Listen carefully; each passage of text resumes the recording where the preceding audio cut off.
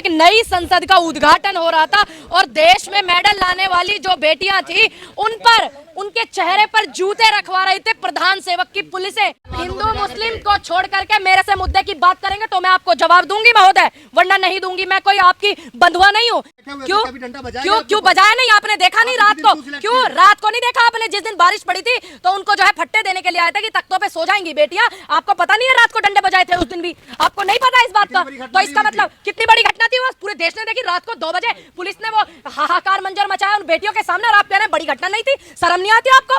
जितने इनकी पार्टी में मुलजिम है, यानी कि ब्रजभूषण हो या फिर आशीष मिश्रा का पिता हो टैनी मिश्रा, सभी को इन्होंने संसद में बुलाया, लेकिन राष्ट्रपति जी को नहीं बुलाया कि विनेश तू तो मेरे घर की बेटी है, तू तो मेरे परिवार की बेटी है। आज उसी बेटी पर प्रधान सेवक अपनी पुलिस से डंडे बजवा रहे हैं और उद्घाटन कर रहे हैं और ये बता रहे हैं कि राजतंत्र का प्रतीक को लेकर उसके सामने दंडवत हो रहे हैं। ये बहुत गंभीर विषय है। सेवक जो भी काम करते हैं जब से वो आए हुए हैं उनको इतिहास में दर्ज किया जाता है और ये भी इतिहास में दर्ज होंगी चीजें कि एक नई संसद का उद्घाटन हो रहा था और देश में मेडल लाने वाली जो बेटियां थी उन पर उनके चेहरे पर जूते रखवा रहे थे प्रधान सेवक की पुलिसें, उनको डंडा मार रहे थे और 1-1.25 महीने से वो लोग आंदोलन कर रही थी। ओलंपिक में मेडल लाने वाली बेटियां और खिलाड़ी सभी और उनका समर्थन करने के लिए गए किसान और किसान नेता और सभी कांग्रेस के नेताओं को किसी को हाउस अरेस्ट किया, किसी को ऑफिस अरेस्ट किया, किसी को रास्ते में से गिरफ्तार किया, किसी को कहीं से गिरफ्तार किया। उसी गिरफ्तारी के सभी नेता शिकार हुए हैं, कांग्रेस के और किसानों के जो नेता हैं वो शिकार हुए हैं। और ये भी इतिहास में दर्ज होगा कि जब नई संसद का उद्घाटन हुआ था तो उसमें राष्ट्रपति जी को नहीं बुलाया गया था और भूमि पूजन हुआ था तो उसमें उपराष्ट्रपति जी को नहीं बुलाया था। ये प्रथम संविधान का जो प्रथम नागरिक है, जो हमारे लोकतंत्र का प्रथम नागरिक, संविधान में जो प्रथम नागरिकता दी गई है, ये उनका अपमान है, ये संविधान का अपमान है। और ये सभी चीजें इतिहास में दर्ज होंगी कि जो प्रधान सेवक है वो अपने अहंकार में, वो अपने घमंड में, वो गुरूर में अपने इतने ज्यादा मगरूर हो गए कि ना उनको उन बेटियों की हालत दिखी और वो संसद का उद्घाटन करने प्रधान सेवक पासी में आए और उन पुलिस वालों से उनका धरना खत्म करवाया और धरने का सामान जो था उसे डीसीएम में भर के ले गए। और बेटियों की जो हालत थी, वो जो मंजर, पूरे हिंदुस्तान ने ही नहीं, क्योंकि कल वो एक ऐसा दिन था जिस दिन संसद का इन्होंने उद्घाटन किया तो पूरे हिंदुस्तान की ही नहीं पूरे वर्ल्ड की नजरें कल हिंदुस्तान पर थी। और एक प्रधान सेवक हमारे क्या कर रहे थे ये देश ने देखा, ये बेटियों के साथ क्या कर रहे उन्होंने देखा, ये जनता को कितना पटकाई। हाँ बिल्कुल नया इतिहास रचा गया है कि एक तरफ संसद का उद्घाटन कर रहे हैं और एक तरफ प्रधान सेवक की पुलिस महिला खिलाड़ियों पर जूते मार रही है, लठ मार रही है। राष्ट्र बनने की तैयारी चल रही है, आप लोग बाधा डाल रहे हैं। आप हिंदू मुस्लिम को छोड़ करके मेरे से मुद्दे की बात करेंगे तो मैं आपको जवाब दूंगी महोदय, वरना नहीं दूंगी। मैं कोई आपकी बंधुआ नहीं हूँ। आप मेरे से मुद्दे की बात कीजिए। आप मेरी देखिए, आप ये पहले जाकर के पूछ के आना जिन्होंने संसद में बैनर लगाया है कि अखंड भारत का मतलब क्या होता है। दूसरी बात, दूसरी आप उनसे पूछिए, आप उनसे पूछना जिन्होंने लगाया, मैंने नहीं लगाया। दूसरी बात, यहाँ हम बात कर रहे हैं मुद्दे पर, हिंदू मुस्लिम की बात करेंगे आप, मैं मुद्दों पर बात करूंगी जो कल देश में हुआ।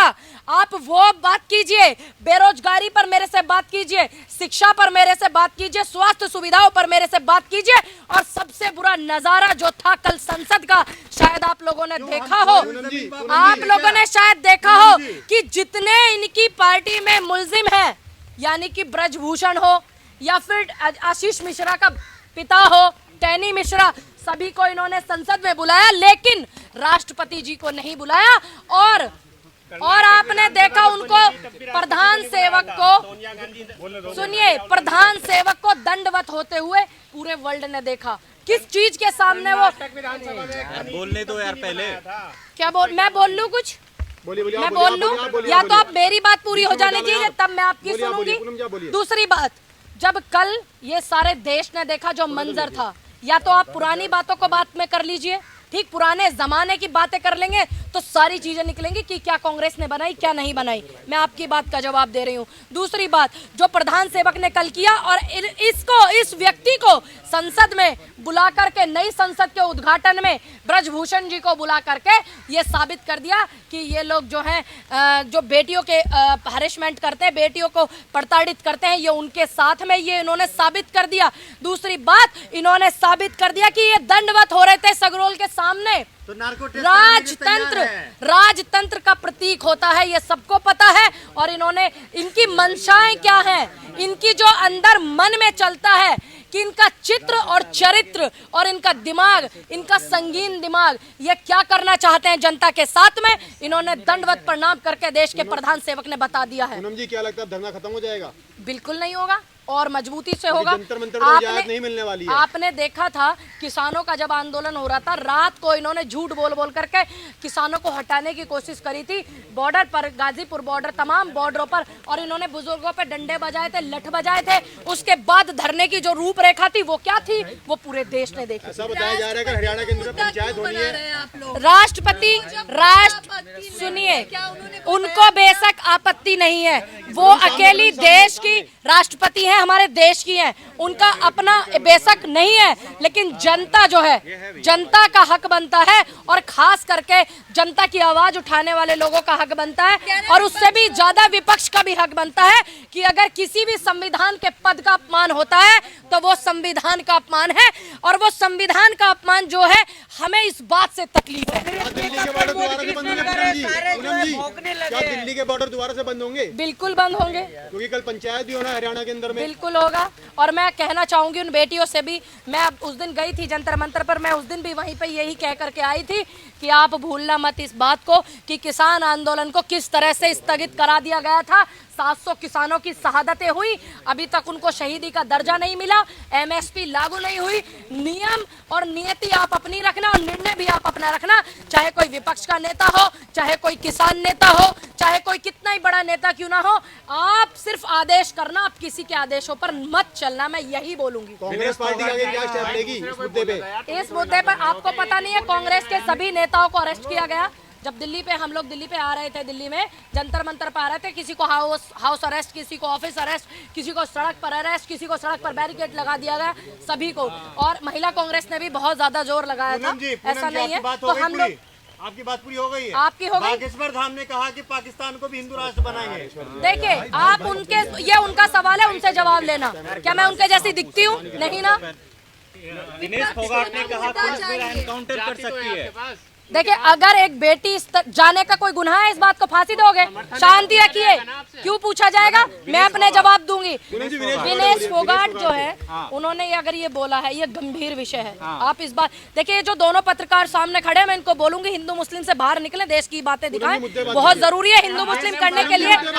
तमाम मीडिया बैठा हुआ है, शांति रखिए। दूसरी बात, विनेश फोगाट अगर इस बात को कह रही हैं, तो इस बात को आप हंसी मजाक में मत लीजिए, बहुत गंभीर विषय है, इसको गंभीरता से लीजिए। पुलिस वाले पीछा कर रहे हैं उनका, पीछा भी कर रहे हैं। मैंने वो भी तस्वीर देखी कि जूता रखा हुआ है साक्षी मलिक के यहाँ पर, और उसको भींचा गया और उसको किस तरीके से प्रताड़ित किया गया, सब देख रही हूँ, आप लोग भी देख रहे हैं। दूसरी बात, इस बात को आप गंभीर विषय समझिए, क्योंकि एक देश की वो बेटी जिसको ये कहते थे कि विनेश तू तो मेरे घर की बेटी है, तू तो मेरे परिवार की बेटी है, आज उसी बेटी पर प्रधान सेवक अपनी पुलिस से डंडे बजवा रहे हैं और उद्घाटन कर रहे हैं, और ये बता रहे हैं कि राजतंत्र का प्रतीक को लेकर उसके सामने दंडवत हो रहे हैं। ये बहुत गंभीर विषय है, आप इस विषय के बारे में सोचिए। पूनम जी, कई धाराओं में एफआईआर दर्ज हुई है। पूनम जी, नहीं, सब लोग जो है, एक ही कल की बात है। अब हम कोई भी आंदोलन अगर करते हैं तो उसकी नीति बनानी बहुत ज़रूरी होती है, क्योंकि सभ्यता से, शांति से, अहिंसा से आंदोलन चलते हैं। तो किसान संगठनों में, किसान लोगों में, बेटियों में, खिलाड़ियों में, विपक्ष में, सब जो है अपने अपने हिसाब से नीतियां बना रहे हैं। आंदोलन होगा, फिर से होगा। कल ही का दिन मिला था आप लोगों को प्रदर्शन करने के लिए। देखिए, सत्ता पक्ष की छोड़ दीजिए, क्या सत्ता पक्ष को कल का ही दिन मिला था कि सावरकर के जन्मदिन पर उद्घाटन करते हैं? क्या उनको कल का ही दिन मिला था? अब उनको बेटियों को पता था कि आज प्रधानमंत्री उद्घाटन करने आ रहे हैं, तो फिर आज ही हमारा उनसे मुलाकात हो जाएगा। और किस तरह से तिरंगे को लेकर के वो बेटियां चल रही थी और तिरंगे को ये प्रधान सेवक की जो पुलिस है किस तरीके से नीचे गिरा रही थी, ये भी आप देखिए। कई धाराओं में एफआईआर दर्ज हुई है उनके ऊपर जी, कई धाराओं में एफआईआर दर्ज की गई है उन पहलवानों पर। हाँ जी, क्यों? अगर देश की बेटी मार्च निकाल रही है, कोई मार्च निकाल रही है, तो क्यों नहीं? क्या दिक्कत क्या है? क्या लोकतंत्र है? लोकतंत्र है देश में? या मैं इसको ये मान लूं कि अघोषित आपातकाल, क्या मैं मान लूं इसको? अगर इस लोकतंत्र में है तो सबको अपनी आवाज उठाने का अधिकार है। था कि संसद भवन का उद्घाटन हो रहा है, पूरी दुनिया में बदनामी किया जाए देश का, आप लोग वही कर रहे हैं। अब उनका क्या मकसद था कि वो बेटियों से डंडे बजवा रहे हैं, बेटियों में डंडे बजवा रहे हैं अपनी पुलिस से, बेटियां धरने पर बैठी हैं उनको प्रताड़ित करवा रहे हैं, कभी उनके धक्का लगाते हैं उनके पुलिस के लोग, कभी कुछ करते हैं। उनका क्या मनसा था? आप अगर उनके प्रवक्ता हैं तो मुझे बताइए क्या मनसा थी? क्यों बजाया नहीं? आपने देखा नहीं रात को? क्यों रात को नहीं देखा आपने? जिस दिन बारिश पड़ी थी तो उनको जो है फट्टे देने के लिए आए थे कि तख्तों पे सो जाएंगी बेटियां। आपको पता नहीं है रात को डंडे बजाए थे उस दिन भी? आपको नहीं पता इस बात का? तो इसका मतलब कितनी बड़ी घटना थी वो, पूरे देश ने देखी। रात को 2 बजे पुलिस ने वो हाहाकार मंजर मचाया उन बेटियों के सामने, और आप कह रहे हैं बड़ी घटना नहीं थी? शर्म नहीं आती आपको? क्या आप थे वहां? तो इसका मतलब आप व्यूज लेना है बस आपका मतलब व्यूज से है। आपको नहीं पता 2 बजे उस दिन क्या हुआ था? पूरे देश ने देखा था, देश के तमाम 19 निष्पक्ष पत्रकारों ने हर आवाज को उठाया था बेटियों की। आप नहीं थे वहां पर? बैरिकेड तोड़ने की क्या जरूरत थी, ये कह रहे हैं। बैरिकेड लगाने की जरूरत क्या थी? क्या जरूरत थी? अगर बेटियां मार्च निकालना चाह रही हैं, लोकतंत्र देश है ये, संविधान है, इसमें परमिशन, अगर कोई परमिशन इनसे मांगता है, ये तो कहीं पंचायत करने की परमिशन नहीं दे रहे, विपक्ष को नहीं दे रहे, किसान नेताओं को नहीं दे रहे, किसानों को नहीं दे रहे, पहलवानों को नहीं दे रहे परमिशन। क्यों? ये अघोषित आपातकाल है क्या देश में? किसको कहते हैं अघोषित?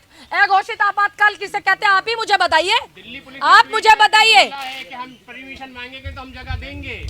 क्यों नहीं दी थी? उस दिन भी जगह दी थी ना, जब रात को 2 बजे पुलिस लठ बजा रही थी और एक महिला पहलवान के सीने पर धक्का मार के गिरा रही थी। उस दिन भी परमिशन थी ना, परमिशन से ही हुए थे ना इनके सारे काम। ये मैम ये दंगा भड़काने के आरोप लगाकर जो अब एफआईआर हुई है उस पर आपका क्या कहना है? मैं यही बोलूंगी कि इस देश में किसी के घर में लोकतंत्र हो या ना हो, लेकिन इस देश में जो है लोकतंत्र है, संविधान है। अगर किसी को इस देश में अपनी आवाज उठाने का हक है तो ये संविधान हक देता है। और ये आवाज जो है, ये क्या सोच रहे हैं ये सब करने से क्या हो जाएगा? क्योंकि ये उस देश और उस खून और उस मिट्टी से ताल्लुक रखने वाले लोग हैं जिन्होंने तानाशाह को हरा करके देश को आजाद कराया था। ये धरती माफी लिखने वालों की नहीं है, माफी मांगने वाले लोगों की नहीं है, ये ब्रिटिशों से पेंशन लेने वाले लोगों की धरती नहीं है। ये धरती शहीद आजम भगत सिंह, सुभाष चंद्र बोस, नेहरू, गांधी, पटेल, अशफाक उल्लाह खां, ये उनकी धरती है। अम्बेडकर जी की धरती है, झांसी की रानी की धरती है। ये माफी मांगने वाले लोगों की धरती नहीं है। मैंने बता दिया, माफी मांगने वाले लोगों की धरती नहीं है, ना ही उनके अनुयायी है। प्रधानमंत्री करीब कल फूल चढ़ा रहे थे। ये उनकी अपनी मंशा है और ये समझनी होगी जनता को कि जिस देश के इतने बड़े प्रधान सेवक, ठीक, इतने बड़े पद पर रहने वाले व्यक्ति एक राजतंत्र के प्रतीक के सामने दंडवत प्रणाम करते हैं, तो उनका आप मन समझ लीजिए कि वो जनता को और तुम तमाम मीडिया वालों को और इस देश की एक एक जनता को क्या संदेश देना चाहते हैं, कि उनकी मनसा क्या है, उनका चित्र और चरित्र क्या है, कि वो कितने राजतंत्र को फॉलो करते हैं और कितने लोकतंत्र को फॉलो करते हैं। ये उनकी मनसा है। बोले साधु संतों को सम्मान दिए प्रधानमंत्री, इससे पहले नहीं मिल रहा। अच्छी बात है, सबका सम्मान हो रहा था, तभी साधु संत अभी तक जो हमारे सनातन संस्कृति है वो बची हुई आ रही है। उनका सम्मान था, देश में है, सदा रहेगा। इसीलिए भारत की सनातन संस्कृति अभी तक बची हुई है और हमेशा रहेगा। समझ में? तब पार्लियामेंट जाएंगे नहीं जाएंगे? क्योंकि अब तभी तो जाना पड़ेगा ना। नहीं जाएंगे, क्यों नहीं जाएंगे? पार्लियामेंट तो जाना पड़ेगा। अभी हम जैसे लोग नहीं जाएंगे भैया, तो कौन जाएगा? कैसे जाएंगे आप? नहीं, कोई बात नहीं। हमारा काम है अपनी बात को रखने। वहाँ जो बैठे हुए हैं प्रधान सेवक जो है वो हमारे वोट से बैठे हुए हैं, तो हम उस हक से जाएंगे कि हमने उनको वोट दिया है और उनसे सवाल पूछने जाएंगे। सुन लीजिए, आप एक भी वीडियो दिखाइए जरा गाली की, मुकदमा कर दूंगी आप पर। मानहानि का ध्यान रखना। आप मानहानि का क्या आपको ये बोला मोदी जी ने कि पूनम पंडित ने मुझे गाली दिया? मैं अच्छे से जानती हूँ, तो आप कैसे करें? आप लोग नहीं बोले, आपने बोला आप। और दूसरी बात, देश के प्रधान सेवक को देखिए कितना समय है, 99 गाली दिया, 94 में दिया, 95 में दिया, 96 में दिया।